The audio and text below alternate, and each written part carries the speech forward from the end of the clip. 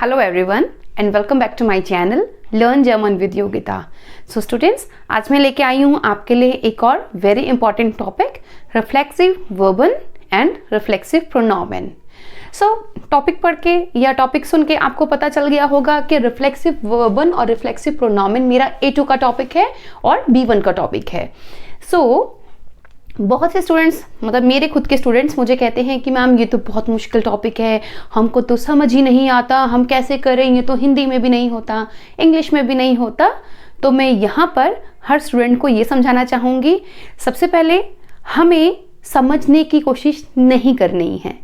हमें बिल्कुल कोशिश नहीं करनी कि कैसे वर्ब का मतलब क्या है, हमें कोशिश करनी है वर्ब को हमने कैसे यूज़ करना है. तो this is my very first point कि हमने वर्ब को यूज़ करना है समझ के, बार बार हिंदी या इंग्लिश में उसको सोच के कि हिंदी में कैसे बनता है या इंग्लिश में कैसे बनता है, ये बार बार सोच के अपना टाइम ख़राब नहीं करना और अपना ज़्यादा खुद पैनिक नहीं होना कि भाई ये तो हमें आएगा ही नहीं. तो चलिए आज हम स्टार्ट करते हैं अपने टॉपिक के साथ रिफ्लेक्सिव वर्बन और रिफ्लेक्सिव प्रोनोमेन. तो स्टूडेंट, सबसे पहले रिफ्लेक्सिव वर्बन होते क्या हैं? तो रिफ्लेक्सिव वर्बन वो वर्बन होते हैं जिनके साथ हमेशा एक रिफ्लेक्सिव प्रोनोमेन होता है जिश.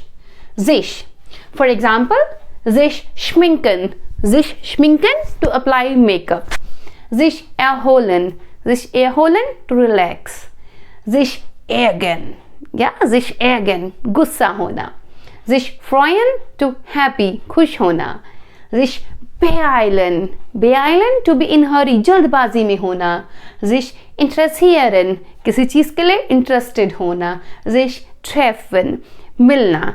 तो हमने देखा कि ये सारे वर्ब्स के साथ हमारे पास एक रिफ्लेक्सिव प्रोनोमेन लगा हुआ है, जिश जिश जिश जिश जिश. सो जब कभी भी आप किसी वर्ब को जिश के साथ देखते हैं, एक जिश प्रोनोमेन के साथ देखते हैं, तो हमें पहचानना इजी हो जाता है कि ये वर्ब मेरा रिफ्लेक्सिव वर्ब है.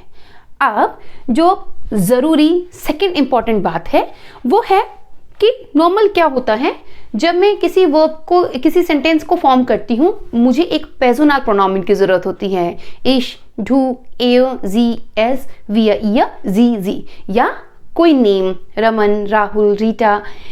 अब जब मैं एक रिफ्लेक्सिव वर्ब को यूज़ करती हूँ, स्ट्रक्चर सेम टू सेम रहता है. हमें एक पर्सनल प्रोनोमेन चाहिए जो एक्शन को कर रहा है, एक एक्शन चाहिए जो हो रहा है. यहाँ पे एक एक्स्ट्रा क्या होता है, रिफ्लेक्सिव प्रोनोमेन. तो जैसे ही हमने वर्ब देखा जिश schminken, तो schminken मेरा वर्ब और जिश उसका प्रोनोमेन है. तो जब हम एक सेंटेंस स्ट्रक्चर बनाते हैं तो हम रिफ्लेक्सिव प्रोनोमेन कुछ इस तरह यूज करते हैं. इश के साथ में मिश का यूज करती हूँ, ढू के साथ में ढिश का यूज करती हूँ, ए के साथ में जिश का यूज करती हूँ, जी के साथ भी जिश का यूज करती हूँ, एस के साथ जिश का यूज करती हूँ, विय के साथ उन्स का यूज करती हूँ, इय के साथ ऑयश का यूज करती हूँ, और जी प्लूरल और जी फॉर्मल के साथ भी मैं जिश का यूज करती हूँ. देखने से आपको ये थोड़े बहुत अकुजाटिव प्रोनोमेन लग रहे होंगे, क्योंकि हमने अकुजाटिव प्रोनोमेन में भी यही किया था, इशमिश, ढूडिश, लेकिन उसमें थोड़ा बहुत चेंज था. एयर इन बन जाता है, जी जी रहता है, या एज रहता है. लेकिन यहाँ पे एयर जी एस के साथ में जिश यूज कर रही हूँ, जी प्लूरल और जी फॉर्मल के साथ में जिश यूज कर रही हूँ. तो मुझे जो इसके रिफ्लेक्सिव प्रोनोमेन है मुझे वो लर्न करने पड़ेंगे. अब मेरे पास कुछ एग्जाम्पल हैं जो मैं पहले ही बता चुकी हूँ. तो चलिए देखते हैं हम एग्जाम्पल को, हमें एक एग्जाम्पल लेते हैं और उसको फॉर्म करते हैं. अच्छा, यहाँ पर मैं एक चीज़ वेरी इंपॉर्टेंट मैं बताना चाहती हूँ. तो जिश हम लोग यूज़ करते हैं जब एक्शन हम अपने ऊपर कर रहे हों, हम जब एक्शन अपने ऊपर कर रहे हैं. तो चलिए हम देखते हैं कि हम कैसे यहाँ पर सेंटेंस फॉर्म कर सकते हैं या कर रहे हैं.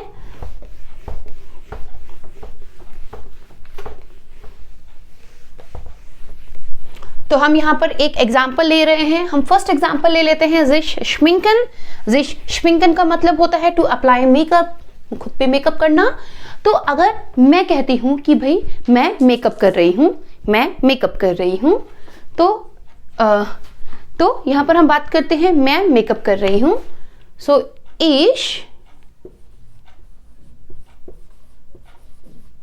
schminke ich schminke mich। तो यहाँ पर मुझे समझने वाली ये चीज है, ये जो इश है जो एक्ट कर रहा है वो मैं हूं, और ये जो मिश है ये कौन है, ये भी मैं हूं। मैं अपने ऊपर मेकअप कर रही हूं, मैं खुद पर मेकअप कर रही हूं। अगर मैं इसको इंग्लिश में बोलूं, I am putting makeup on my self, तो करने वाला भी मैं हूं और जिसके ऊपर एक्शन हो रहा है वो भी मैं हूं। तो जो मेरा पेर्सोनल प्रोनोमेन होगा और जो मेरा रिफ्लेक्सिव प्रोनोमेन होगा वो दोनों लोग सेम होंगे। सो ich schminke mich, मैं खुद पे मेकअप कर रही हूं।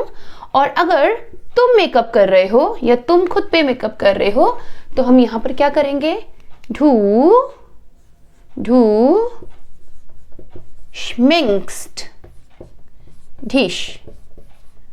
तो तुम खुद पे मेकअप कर रहे हो, du schminkst dich। हम एक साथ ले रहे हैं, er schminkt sich। तो ये मेकअप कर रहे हैं और खुद पे कर रहे हैं। सो जो पेर्सोनल प्रोनोमेन है और रिफ्लेक्सिव प्रोनोमेन है वो एक ही इंसान है, सेम पर्सन है। Wir schminken uns। तो हम खुद पर अप्लाई कर रहे हैं मेकअप। Ihr schminkt euch। आप सब खुद पे कर रहे हैं। Sie फॉर्मल और the capital, Sie schminken sich। सो यहां पे स्टूडेंट्स मेरा कहने का इतना सा मतलब है, जो एक्शन कर रहा है और जिस पे एक्शन हो रहा है वो इंसान एक ही है। तो जब मैं रिफ्लेक्सिव वर्ब का यूज करती हूं तो मुझे रिफ्लेक्सिव प्रोनोमेन भी यूज करना ही होगा। अगर मैं रिफ्लेक्सिव वर्ब यूज कर रही हूं और रिफ्लेक्सिव प्रोनोमेन नहीं यूज कर रही हूं, कुछ केस में ऐसा होता है कि समटाइम जो वर्ब होता है वो रिफ्लेक्सिव भी होता है और रिफ्लेक्सिव नहीं भी होता है। उसको हम आगे करेंगे, अपने आगे कहीं वीडियोस में करेंगे।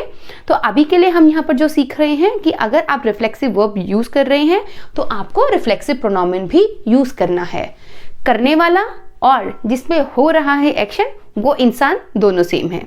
इसी की तरह जब मैं बात करता हूँ ich erhole, तो ich erhole mich, du erholst dich, er erholt sich, wir erholen uns, ihr erholt euch, sie erholen sich। Ich ärgere mich, du ärgerst dich, es ärgert sich, wir ärgern uns, ihr ärgert euch, sie ärgern sich। तो इसी की तरह मेरे सारे verb होते हैं, सारे verb हम इसी तरह हम कॉन्जुगेट करते हैं। रिफ्लेक्सिव प्रोनोमेन, वर्ब, पेर्सोनल प्रोनोमेन, वर्ब और रिफ्लेक्सिव प्रोनोमेन। सो यहाँ पर मैं स्टूडेंट्स इतना ही कहना चाहूँगी, जब कभी भी आप वर्ब को एक रिफ्लेक्सिव प्रोनोमेन के साथ देखते हैं, जिश के साथ देखते हैं, तो आप बिल्कुल समझ जाइए कि ये मेरा रिफ्लेक्सिव वर्ब है और इसको जब मैंने सेंटेंस में यूज करना है तो मैंने रिफ्लेक्सिव प्रोनोमेन यूज करना ही करना है। जो बात मैंने बिल्कुल स्टार्टिंग में कही है, मतलब समझने के लिए हिंदी में या इंग्लिश में उसको क्या कंपेयर करने की बिल्कुल कोशिश ना करें कि हम हिंदी में ऐसा नहीं करते, हम इंग्लिश में ऐसा करते हैं या जर्मन में ऐसा क्यों कर रहे हैं। हम ऐसा बिल्कुल नहीं करेंगे। कोशिश कीजिए, अगर दिख रहा है तो उसको डेली लाइफ में ट्राई कीजिए, उसको यूज़ कीजिए। जितना आप यूज़ करेंगे उतनी ही आपकी प्रैक्टिस बढ़ेगी। सो स्टूडेंट्स, आई होप आज हमने एक बहुत छोटे से तरीके से, एक बहुत स्मॉल वे से हमने रिफ्लेक्सिव प्रोनोमेन सीखा है। तो अगर आपको वीडियो समझ आ गई हो तो प्लीज़ मुझे कमेंट में बिल्कुल बताइए कि हमें समझ आ गया है या नहीं आया है। सो प्लीज़ मेरे चैनल को सब्सक्राइब कीजिए, वीडियोस को शेयर कीजिए एंड लाइक कीजिए। Thank you, thanks for watching.